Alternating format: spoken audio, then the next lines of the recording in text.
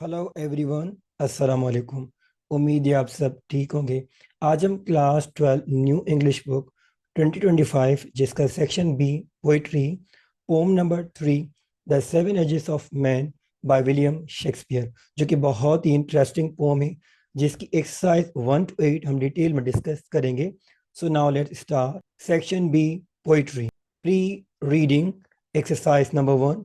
Pre reading में दो questions दिए गए हैं जो कि हम डिस्कस करेंगे। Question number 1, how does life change with age? इंसान की जिंदगी वक्त के साथ किस तरह चेंज होती है? आप देख सकते हैं इस पिक्चर में 7 स्टेजेस दी गई हैं।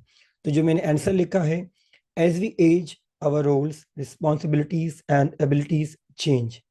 We move from dependence in childhood to independence in youth, responsibility in adulthood and reflection in old age. अब आप इस पिक्चर को देखें और इसमें स्टेजेस हैं। आप बताएं कि आप पोम में क्या पढ़ने वाले हैं। Answer, the poem likely describes the different stages of human life and how people change at each stage. Exercise number 2, draw the line to meet stages of life with the respective characteristics. अभी आपको एक diagram दी गई है जिसमें cycle of life stages दिए गए हैं। आपको इन स्टेजेस को कैरेक्टरिस्टिक्स से मैच करना है। इन्फेंसी मीन्स बचपन, helpless and dependent.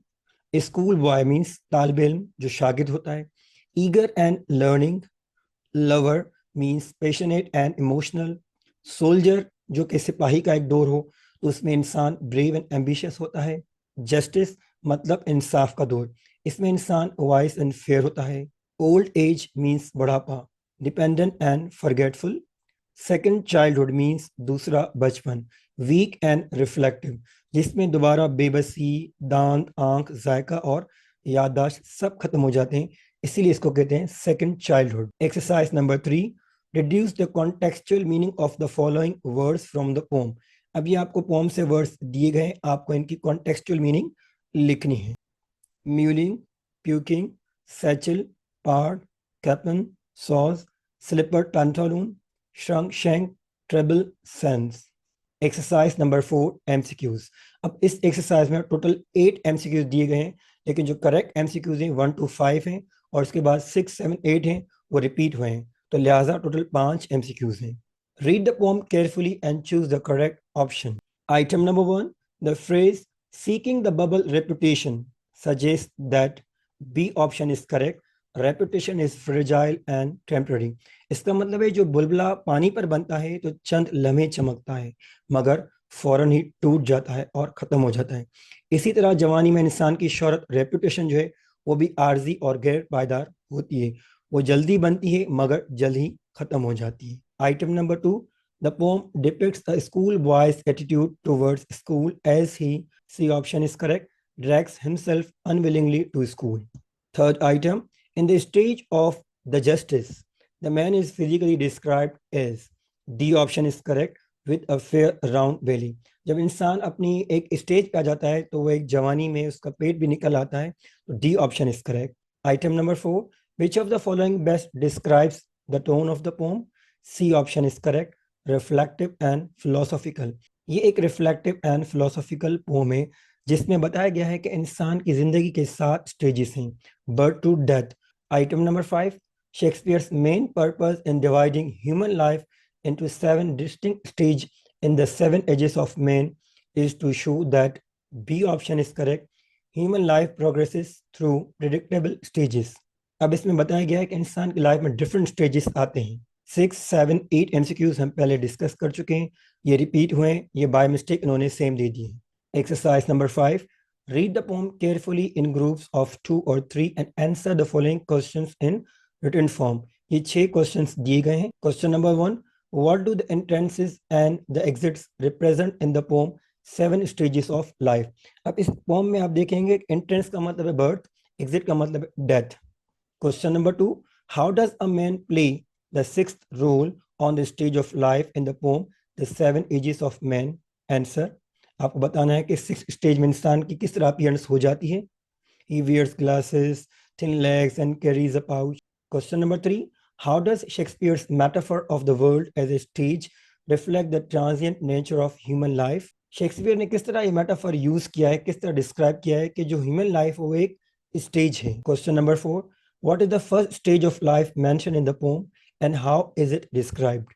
First stage को आपको describe करना है इसमें. Question number 5. What is the meaning of the bubble repetition in the context of the soldier's life? ये पहले हम MCQs में discuss कर चुके हैं. The bubble repetition की meaning क्या है? Question number 6. How would you divide the life of a modern human being in 7 different stages? आप किस तरह इंसान की लाइफ को 7 different stages में डिवाइड करेंगे? Number 1, the infant. The infant means बचपन. Number 2, the school boy. School जाने वाला बच्चा. Number 3, the lover. आशिक जो आहें भरता है. Number 4, the soldier. फौजी जो लड़ने के लिए बेकरार होता है और इज्जत की तलाश में रहता है. Number 5, the justice means बालिग और दाना शख्स. Number 6, the pantaloon और old age.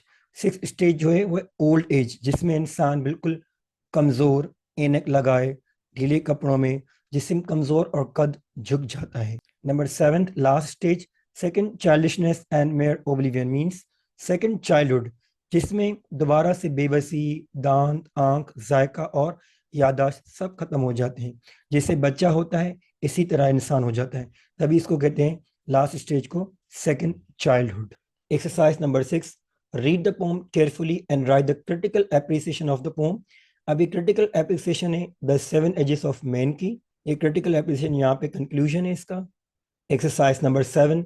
Explain with reference to the context the following lines. अब आपको दी गई लाइंस की रेफरेंस टू कॉन्टेक्स्ट लिखनी है. Reference: these lines have been taken from William Shakespeare's speech As You Like It, 7 Ages of a Man. अब ये line number 1 to 5 की context और एक्सप्लेनेशन है. उसके बाद 6 to 10 की लिखी हुई है. Then we have line 11 to 15, then 16 to 20 and line 21 to 25 explanation. Exercise number 8. Enact the poem through role play on the poem.